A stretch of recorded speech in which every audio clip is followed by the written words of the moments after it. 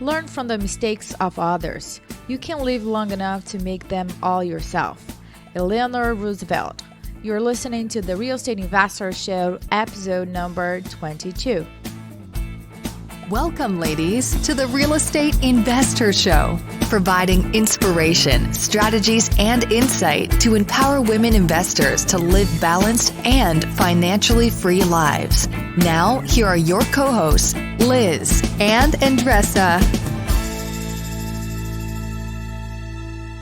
What if when people asked you what you did for a living, instead of answering, I invest in real estate, you answered with, I facilitate landlord rescues? Which is more intriguing? Well, today's guest, Kristin Johnson, has grown her investment portfolio by helping landlords who want out of the business. Kristin's full-time focus is running a fast-growing property management company in New Mexico that she co-founded in 2010. On today's episode, we talk about how to find and identify motivated sellers, how to structure a deal with a tired landlord, and how to ensure you are not raising entitled kids. Hey, everybody. This is Liz back with you on the Real Estate Investor Show and with my fantastic co-host, Miss Andressa. Hello, how are you? I'm doing well. I actually just got back from a conference for families. It was called Fambundance.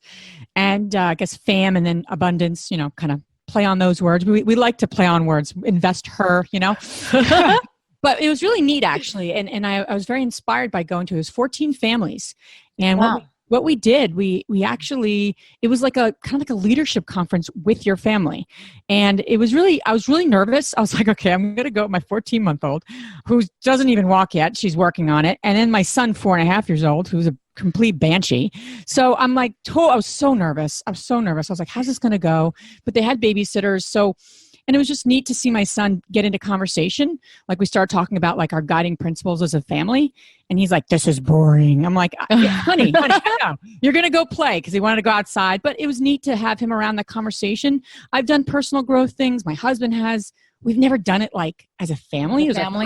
Yeah, it was really neat. And we walked away with like 4 guiding principles of our family. And just, how do we want to operate as a family? Like just being intentional about how we operate as a group. Mostly it was exercise. It ended up being me and my husband doing them, but still it was neat. And it was like teenagers with other families. And I can kind of see in the future, I was like, wow, that's cool. Cause they were like getting up and the teens were sharing and talking about we were talking about parenting. So it was really cool. It was neat. And I was like, I got to now put those in my kitchen because I don't want to forget those. Right. So that's my next to do, but I love that though. I love that, you guys starting that entrepreneur conversation with the kids early age. We might think that they are not understanding, but the more that they get, around that type of environment, more they get used to the lifestyle that you guys want to provide to him, not the 9 to 5 and the other, lifestyle that doesn't fit your values, your goals and principles. I love that concept. And I would invite all the ladies listening to this to keep working on being around like-minded people. And that was the other benefit, right? So you're around all these families who are like talking about trips they want to take and who they want to be and, decreasing technology and great skills on parenting, like just these great people. And that's the other thing is, how do you get around more and more people like you or who you want to be? And it's so important, right? We become who we surround ourselves with. And you always say it, Andressa. So just a quick reminder, if you don't like who you're around, find new groups. There's some great people out there. You just got to get yourself in those right environments. So Amen. I like that. So we have a phenomenal guest on our show, like all of the ladies, but we're super excited to have Kristin Johnson. Welcome. Hello. She's coming, you're in New Mexico, correct?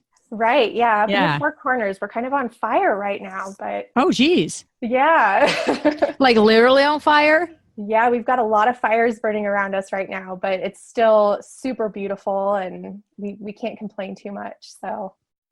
And I would imagine they have like teams of people ready to go, right? Because if that happened in New Jersey, they'd probably be scratching their heads, but that happens quite a bit in your area, right? So they're kind of equipped. Right. Okay. Yeah. So we're just south of Colorado and luckily we haven't had too many big fires in the last several years, but we're in a stage 1, stage 2 drought right now and things are taking off. So. Wow.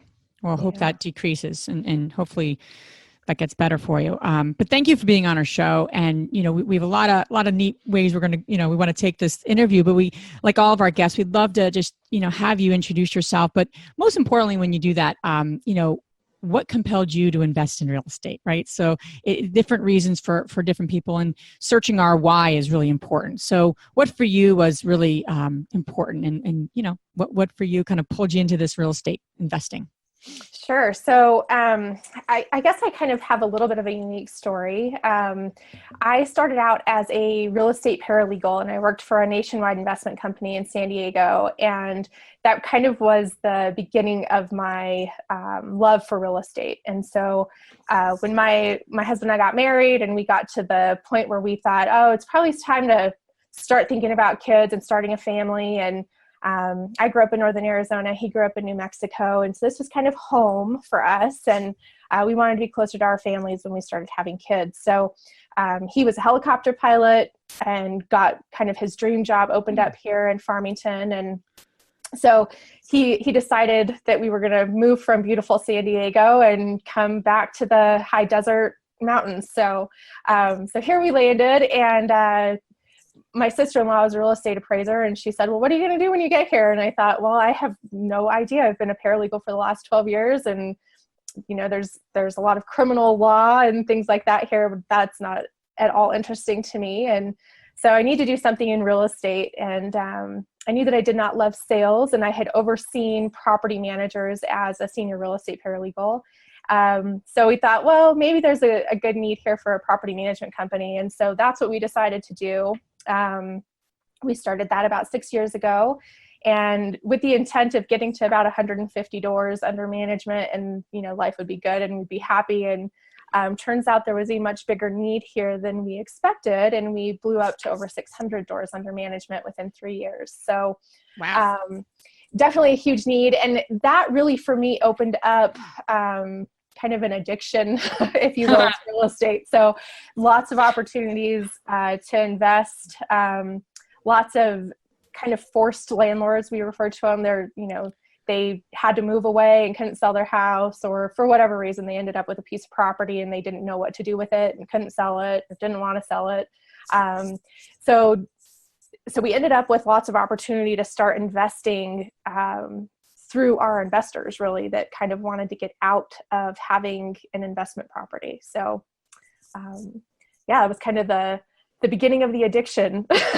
There you go. I think your story is so compelling, because there are so many people out there that, have different backgrounds, and they have nothing to do with real estate, and they just start a new career. So when you look back as a paralegal, what skills you had that you were able to apply in real estate?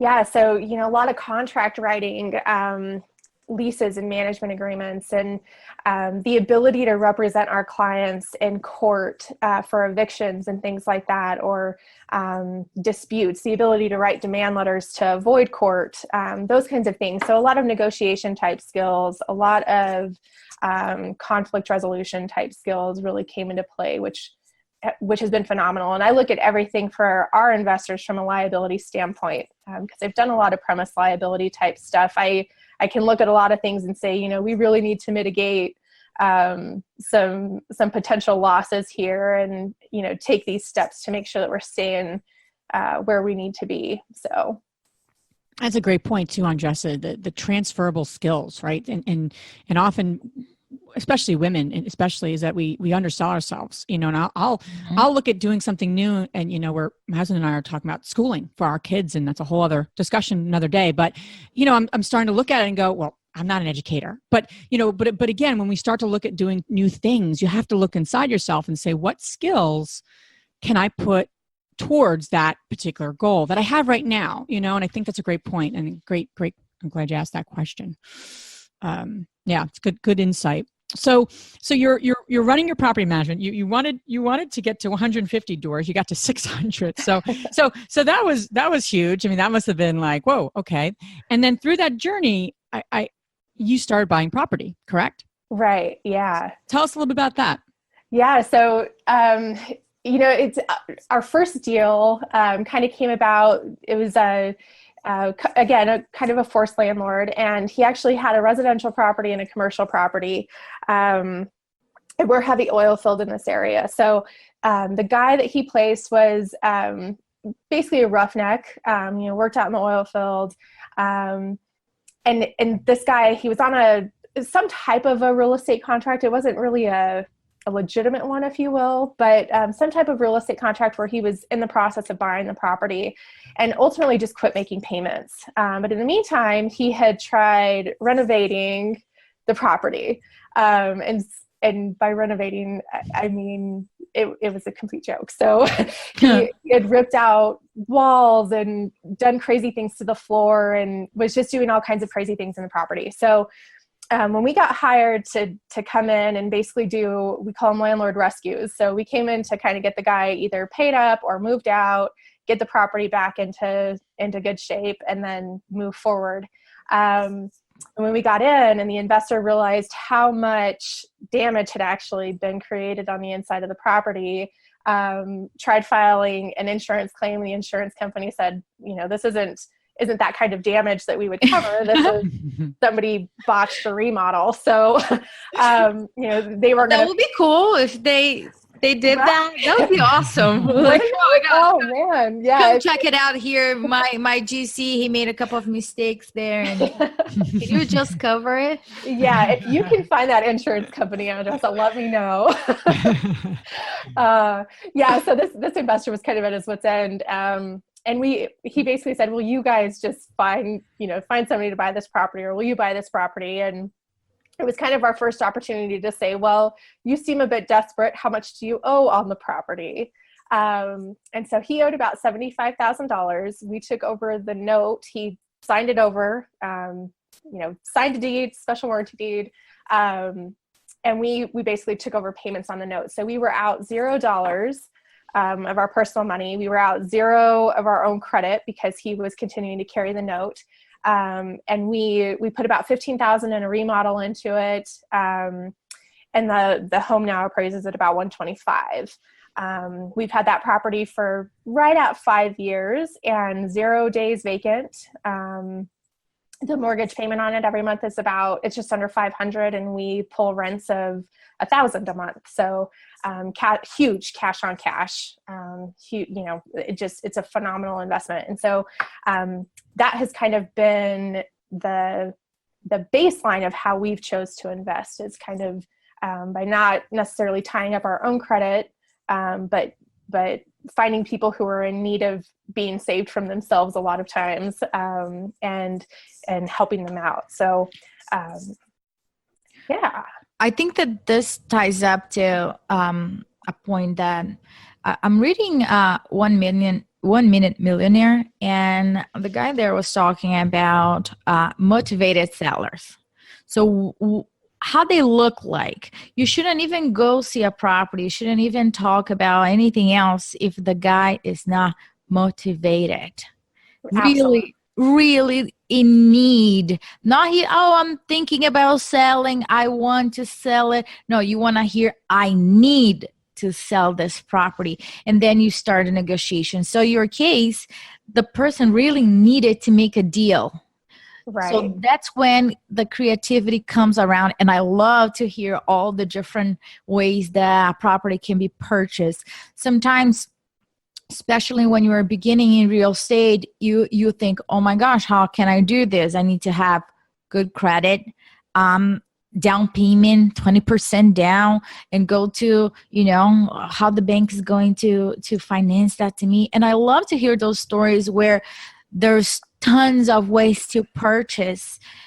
And it's like a win-win situation. You always need to look at the situation. How can I take the burden from this person's shoulder? And at the same time, I have, plans for this, and it's just a win-win situation. So is there any other creative way that you guys purchase a property besides the one that you just mentioned that is just like unconventional? Yeah. So we definitely do the conventional type purchases as well. So if we see a really good deal on the sales market, we very well may buy something conventionally.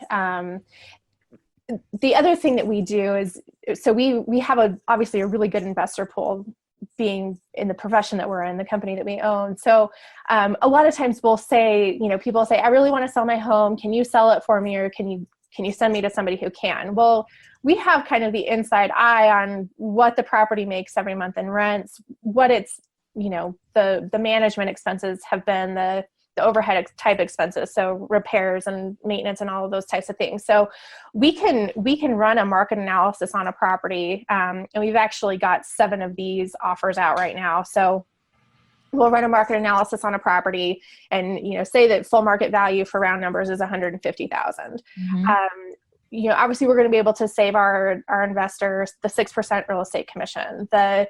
We know that properties in our area historically sell for about 4% under market. And then there's all the closing costs. So, on average, 3% to a seller on closing costs. So we'll back all of those out, and then say, this is what we'll pay you. So it's a win for the seller because they have 0 days on market. So 0 carrying costs.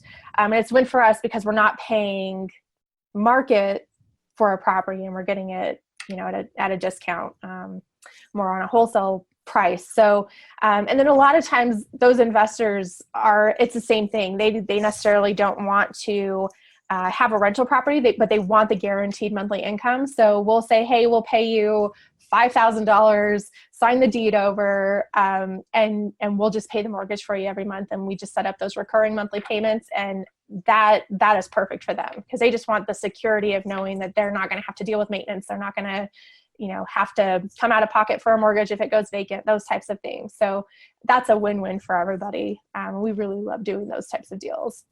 And these folks, so these landlords or these investors, I guess they're landlords and investors, right? That's one and the same. Okay. So these folks have already been working with you, correct? These are, people that are in your kind of, network and they know you, like you, respect you, correct? Right. Exactly. How do you then find the tired landlords, as you call them, like the forced landlords? How do you uncover them? Do you how do you keep in touch with these folks, right? So that takes some maintenance of relationship, especially with 600 doors.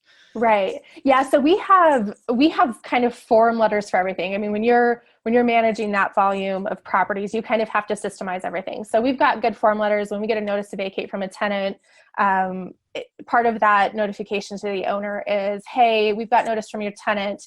The intent is that we're going to continue remarketing the property to find a new tenant. However, if you'd like to sell the property, let us know because we can certainly help you with that. We also have started very recently offering our owners the ability to list internally to our internal investors if they so we've kind of put it out to everybody that, hey, if you have a property that you're not necessarily in love with having, let us know. If it's occupied, it's very appealing to an investor. So if it's a property that we don't necessarily want ourselves or are not in a position to buy at that exact moment, we will offer it out to our existing investor pool. And that way, at least we're keeping a property under management. We're helping our other investors continue to build their portfolios. And we're helping an investor who doesn't want to be a landlord get out of the game. So that's smart. Yeah, I think that's awesome. I mean, you're creating like a whole community and doing much more than most property management companies. So not only do you're differentiating yourselves, but you're also being able to position yourselves to kind of reap the benefits of some other issues and not to create them, but to, hey, we can do this, we can do that if you need it. I think that's brilliant. The thought I had when you mentioned that was, how do you, especially when people are getting evicted, there's vacancy, like those are all kind of like red flags for all of us. All of us may not have property management companies to your advantage, but we all kind of can keep an eye out for when, whether it's friends of ours in the real estate communities that we're in, when you start to see a landlord starting to complain a lot, can be a flag for you to maybe say, hey, tell me a little bit about that property. So we often, that's off market and you just have to start listening to people. If they're complaining a lot, that might be a great landlord to say, hey, maybe, tell me a little bit about your portfolio. That's why these RIA groups and these meetups are so helpful because you're with other landlords and, if they're complaining, then those are usually great people to maybe, figure out a strategy, the exact strategy that you're mentioning.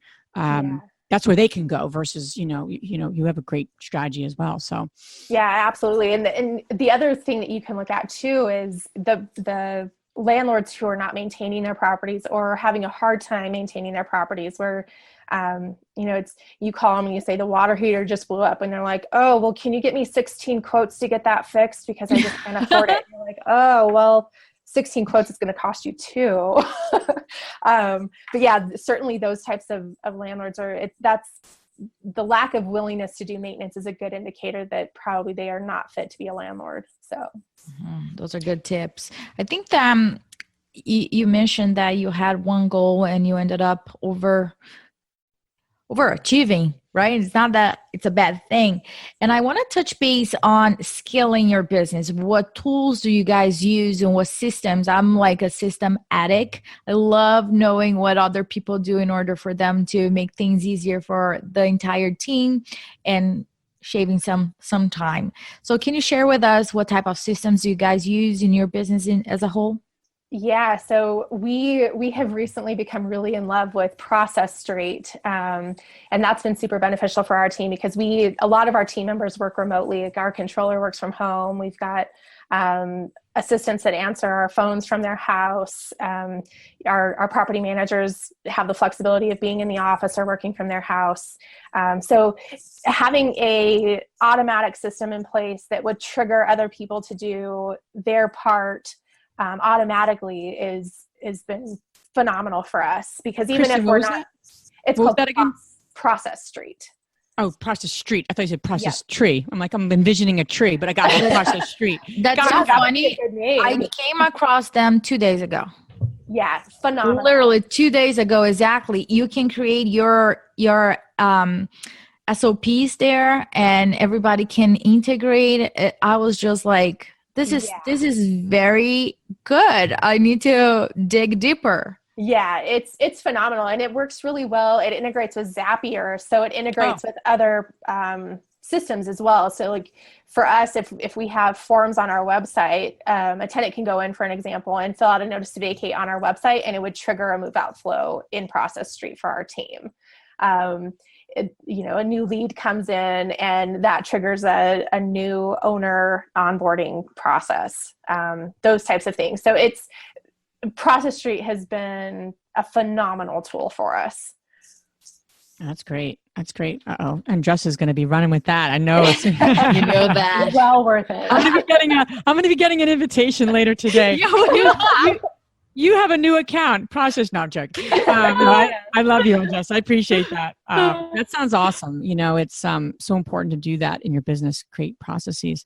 Part of what we're doing here at the investor community is obviously giving, our goal is to give great tools and tricks and around real estate investing, right? Obviously, that's kind of the core. But it's also to support women. And obviously that's the goal of what we're doing is to support women in this journey. And, women have a lot on their plate. You have 2 young kids, you have a 7-year-old, you have a 5-year-old. I was really impressed to read some of your comments around your business. Okay? You have young children, you have a growing business, you have a husband who's very involved in his work. I'm curious how you balance it all. And I'd love to hear a little bit of how you incorporate your kids in your business. Because I think that, it's easy to say, right? To incorporate them, but young kids need specific things to do, right? So if I just bring my son to a property, he's going to be like literally getting into a complete mess if I don't give him some direction or, some kind of guidance. So I'd love to explore that with you a little bit as a mom, as a business owner. How do you create that balance? Or maybe you don't create the balance from the perspective of bringing them with you, right, to do different things. So I just would love to explore that with you as a mom and a business owner. Yeah. So, we've really based our company and everything that we do around our kids and being very family oriented. So it's not rare that after, school is out at 3 p.m. that you're going to see my kids around the office or coming out to check out a property with me. This is a perfect example of how we involve them. We went out to look at a property that we were interested in investing in last week, and the property was pre-foreclosure. So the bank had already come and taken our lockbox off the door and put their own on. And we had no keys left in the office to get into the property. So we were trying to figure out, calling the bank. How do we get back in? Where's our lockbox? All of these things. And my son, in the meantime, was walking around the property. And the next thing I know, he's crawling through a doggy door to get into the inside and unlocking the door for us. And and he was super pumped about that. And so he's a 5-year-old. And so we get on the inside and my kids are walking through and they're like, Mom, this house is junk. Like, you're going to have to replace the floor and there's holes in the walls. And they're giving me advice on how and what it would look like to remodel this house. And so, yeah, they're getting that trained eye on kind of what we look for personally as an investment property and what we look for in a property that we're going to take on for management, and kind of the things that we look at to avoid. And so it's really cool to see a 5 and a 7-year-old kind of getting an eye for that, and getting involved really young and giving their advice on what they think needs to happen. So I started a conversation yesterday with another investor, and we were talking about the kids, and we're like, not necessarily they need to like real estate or work with real estate, but our intention is for them to understand the benefits of cash flow so they can do whatever they want to do. If they want to be, I don't know, tattoo artist, ballet dancer, whatever they want to do in life, they have the freedom and the ability to choose to do that if they want. But at the same time, we were like, how can we raise kids that don't feel entitled? Right. Because they do have that cash flow coming in and they say, I'm just gonna chill. So it's just like always I struggle. Do you come across that? Yeah. Those thoughts? You know, so when we first got pregnant with our daughter, it was obviously prior to owning our property management company. We owned a full service car wash for a little while. And the CPA that we had at the time, we had gone in and asked him, you know, what do you recommend that we set up like a 529 plan, or, you know, what do you think we should do to basically plan for college? And he told us, don't do that. Go out and buy a piece of real estate in an LLC with their name on it. And then you can decide, you know, or they can decide if they want to sell the property to pay for college, or if they want to live in it, or if they want to keep it as a rental and let it cash flow. In the meantime, you've got an asset that you're sitting on that you'll build equity in and hopefully see some income out of in the meantime. So our plan with our kids, we did exactly that. We went out and we bought a piece of real estate. They do not know about it. They are not going to know about it until the day that they actually graduate from college, because I want them to bust their neck in high school to get scholarships for college, and make sure that, you know, they have some personal responsibility to get themselves through school. When they graduate, that will be their graduation gift is, hey, here's a piece of property for you. Hopefully it spurs, you know, your love for real estate to move forward. And you can do whatever you want with it. You can sell it, you can live in it, you can keep it as a rental. But it's yours to kind of do as you wish with. So that's our plan with our kids. And I kind of think it's pretty cool. So I love that. Yeah, I love that too. And you know, the other thing that it's a great point, Andressa, you know, you want to create a bigger life for your kids, right? So that's why we're in real estate investing. That's why we're entrepreneurs. Mm-hmm. But you have this balance of trying to do it in a way that, you know, your kids aren't like just entitled and thinking it's just going to come to them, and they need to work hard. So it's really an interesting dilemma. My husband and I have talked a lot about that too. You know, this weekend, used to give you an example too of what we did. It was effective in some ways, but we had a citywide yard sale, and my son is into Super Wings, right? So it's a Netflix show. Anyway, he said, I want a new Super Wings toy. And, you know, we looked on Amazon. Of course, he thinks things come in the mail. I looked on Amazon. It was like $25. And I said, you're going to need to earn this. You know, you're going to need to earn this. And we said, we're going to sell some of your old toys. So he didn't first get the concept. He's like, where is my new toy? And he thought it was going to appear during the yard sale, but that's okay. But he sold enough. He ended up making $40. So we said, okay, out of this 40, we're going to tithe, because we go to church. We're going to give 10% back to some our spiritual kind of like, growing, and, or if you want to give it to a charity, whatever works, but 10%, and then you can keep the rest, and or save some of it and then spend $25. And, it was really cool. Like, it was our first time of really teaching him, in sales, right? Because people would come up and he's like, you need this, right? You want this, right? And he's funny, he's a direct kid. So I'm like, good salesmanship. He's putting things in kids' hands, I'm like, good job. That's smart. But, Love that. The part of it too, though, that we talk about, I was talking to another mom during the yard sale, is allowances. And what do you want the kids to earn? And what do you want to give them? And there's this whole, I'm often like, I don't want to make him earn everything, like the clothes on his back. That seems a little intense. But I do want to make sure he understands the value of working hard for something. And I said, you may not make the money. And that means you're not going to get the toy. And maybe that was a little tough of me, but I want to make sure I instill that hard work ethic, and I don't want to just give everything to him. But I also want to see him happy. So yeah, it's an interesting dilemma for parents, I think, especially parents who are trying to create a bigger life, right? For their kids. Yeah. And I think it's so important that you do that, because the car wash that we owned was full service car wash. And so we ran a staff of about 12 on a consistent basis. Our first year in business, we went through 54 employees. Wow. For the sole reason that they couldn't show up for work on time, or they would show up and they had been drinking, or whatever the case was. And I had zero tolerance for it. And so it's like, I told my husband, I said, the work ethic of these kids is driving me crazy, and they're not that much younger than I am, but when we have kids, they are going to know what it means to work. And so our kids have chickens, and you better believe they go out and they feed and water those chickens, and they collect the eggs. And, it's the little things. They have to learn responsibility, and doing chores and doing those types of things is teaching them the responsibility so that they can be reasonable people as adults and give back to society. So it's crucial that they are not handed everything. Yeah, I totally agree. My son is 3 years old. So we're still in the process. And looking back yesterday, I told him, hey, we need to walk Sophie. Sophie is our 2-pound Yorkie. Aww. She's so cute. So she's little. And he's like, no, I'm watching a show. I was like, oh, I'm busy, Mom. Excuse me. Okay, cat in a hat, can't wait. And then we need to go because she needs to pee. Look at her. She really needs to pee. Look at her eyes, right? And he's like, oh, let's go, Sophie. And for the first time, I allow him to just walk her. Not on his own, of course, but I was next to him. And he felt very proud of it. And he's like, Mommy, I got it. I was like, oh, that's great.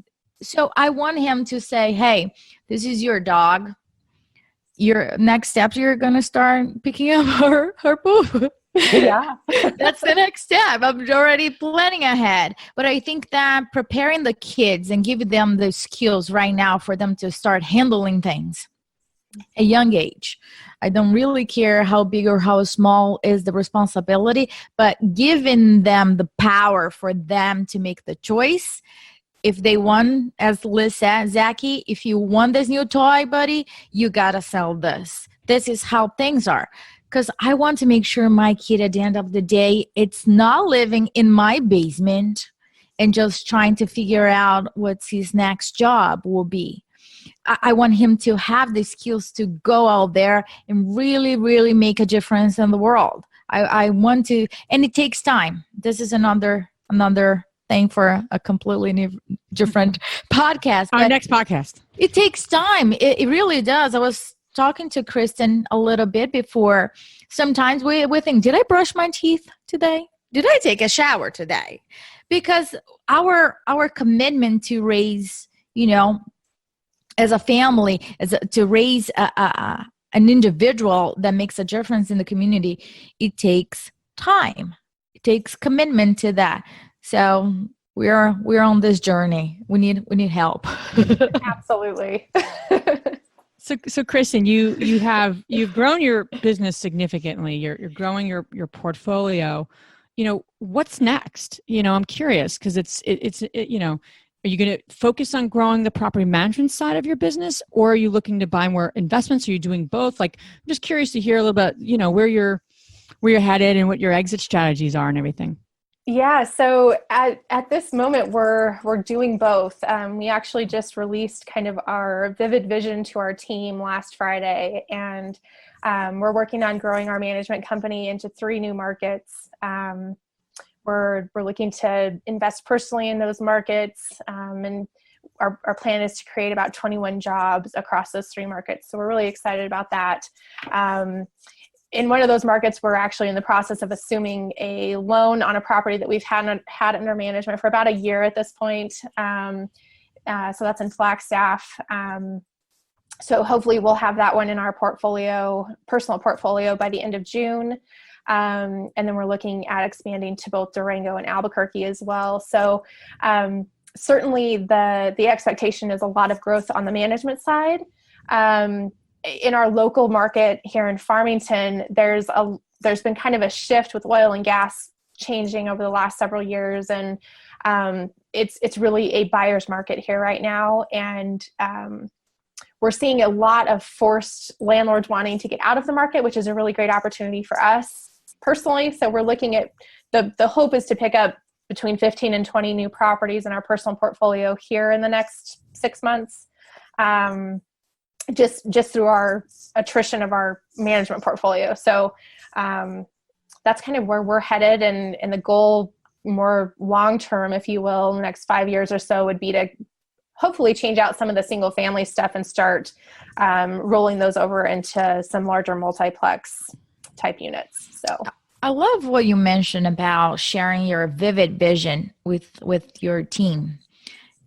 And again, another book that I was reading, I don't know. I read several books at the same time. I don't know if that's normal, if that's weird, but I just feel like I need some different things going on at the same time. So one of the books that I was reading was talking about sharing your vision with your team, so everybody kind of understand, and not sharing that vision with them. They might have a completely different vision for you, for your business, and they go in a completely different direction. Right. So how do you usually share your vision with your team? Is that a annual meeting, like a 6-month meeting? How do you translate where you guys going so it's everybody on the same boat? Yeah, so we're actually doing something a little bit different for the first time this year. Historically, it had been, at the beginning of January every year, we would all kind of go around the room and share what our goals were and kind of what the plan was for the next 12 months, personally and for the company. This year, I just got done going through the Goldman Sachs 10,000 Small Business Program. I graduated from that in May. Right before that, I had just read The Miracle Morning, which probably between The Miracle Morning and Traction is where you heard about Vivid Vision. They both kind of talk about that. So we had been working in January on developing this 3 to 5 year Vivid Vision plan. And going through the Goldman Sachs program really helped me define what our growth plan was and what that strategy looked like and do the forecasting and all of those things. So it was a really in-depth process.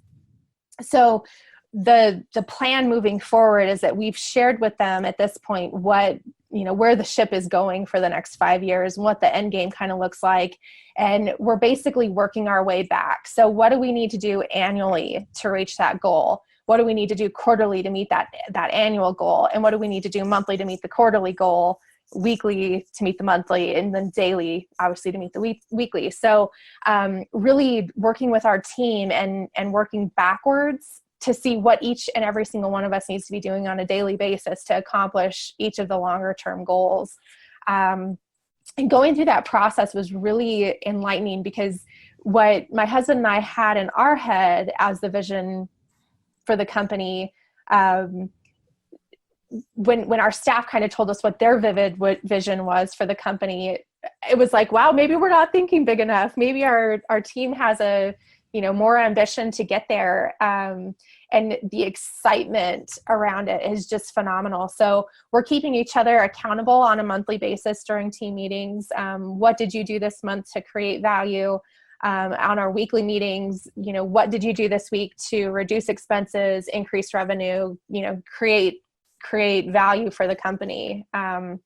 So it's really, it's got everybody pumped up, and we all kind of know where we're going and how we're going to get there. And, we're going to have to dodge, and we're going to dodge together. And it's going to be really good. So I love that. I love that. There was a lot of really great insight you just shared, but I think the piece that, we can pull, one of the things you said that was so helpful is that when you have a team, you really want to get them focused on results versus the tasks that they're doing. Like, I'm in charge of tenants versus how are you adding value, right? How are you reducing expenses? How are you increasing profits? Like, that's what a great conversation and context to have with your staff versus, calling tenants back, right? Because that could be very tasky. It could be very frustrating, especially when you get those frustrated and annoyed tenants. So that's great. That's a great, and we're actually reading Traction.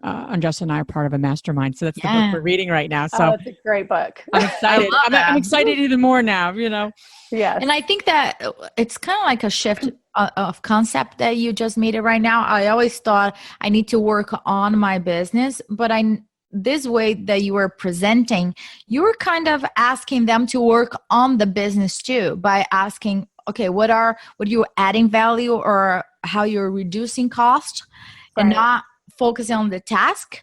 It's a great way for them to contribute on working on the business itself. That's great. Yeah. And, we kind of have the philosophy with our team that it's all of our business. None of us would be here without the person sitting next to us. And we want them to have ownership in everything that they do. So are you truly providing value for your client? Yes or no? If the answer is no, what do you need to do to change that? Because at the end of the day, if you're not providing value for your client, you're not providing value for the company. So it really is, this is your business. It's all of our business. It's not just mine and my husband's, it's all of us. So beautiful. Yeah, that's great. Kristin, you have some great things to share with our listeners, I know, in terms of property management. And where can people learn more about all the phenomenal things you're up to? Yeah, so online, our website's pretty extensive. The website is www.icpmrentsmart, and that's Independence Capital Property Management is what the ICPM stands for. And you can call me directly as well. My direct line is 505-436-3687. And my email address is Kristin, which is KRISTIN @icpmrentsmart.com. Awesome. And you mentioned like a free gift or something to share with the ladies as well.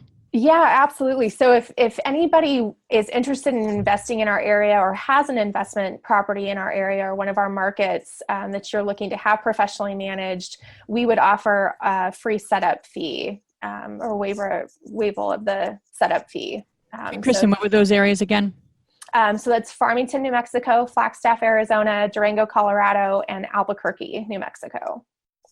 Awesome. That's great. So for all of you listening, all those great information, you can find it on the show notes. So you don't need to run and get a pen. Take your time and just click on the show notes and you have all the links there at your fingertips. Now we're gonna go to our fabulous 3 questions. Are you ready, Kristin? I'm ready. Okay. So the first one is, what's the most transformational book you have ever read? Oh, I'm going to probably go back to The Miracle Morning for Entrepreneurs and or Traction, just because both of them have really impacted how our company and personally we're going to move forward. So, love them. Yeah. The second one is, what's the most powerful routine you do to create a financially free and balanced life? Get up every day and be intentional with what I'm doing. And I work hard until 3:00, and then I go and I pick up my kids from school and I shut it off. And we have family dinners together. We play together. We have a lot of fun. They get involved in the real estate side of things, which is really awesome. And then if there's things that I need to pick up, it's done after they go to bed. So, there we go. And the last question is, which woman, famous or non, has inspired you the most? So I worked for a phenomenal woman in San Diego, and she was one of the siblings at the investment company that I worked for. And I worked really closely with her on developing and designing a boutique hotel in downtown San Diego in Gaslamp. Her name's Louise Kelly. And she probably has had one of the biggest impacts on my life, just because she's such a powerful businesswoman, but she does it all so gracefully. So beautiful. That's really awesome. Yeah. Kristin, thank you so much for being on our show and sharing such great insight and everything from, buying property with very, very little money to how to parent your kids. So thank you. Thank you for being here with us, and thanks for all your insight. Oh, thank you so absolutely. much. My greatest pleasure. Thank you so much. That was great. Thank you, Kristin. Absolutely. If you enjoyed this podcast and want to receive updates on our next interviews, go to our website, therealestateinvestor.com.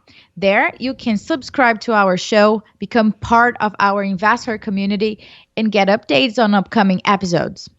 If you like our show, please share it with other women who would benefit. And don't forget to leave us a rating on iTunes. We'd really appreciate it. And as always, we encourage you to take one action as a result of today's show and put it into motion so you can live both a financially free and balanced life. Thanks for spending time with us. Ciao.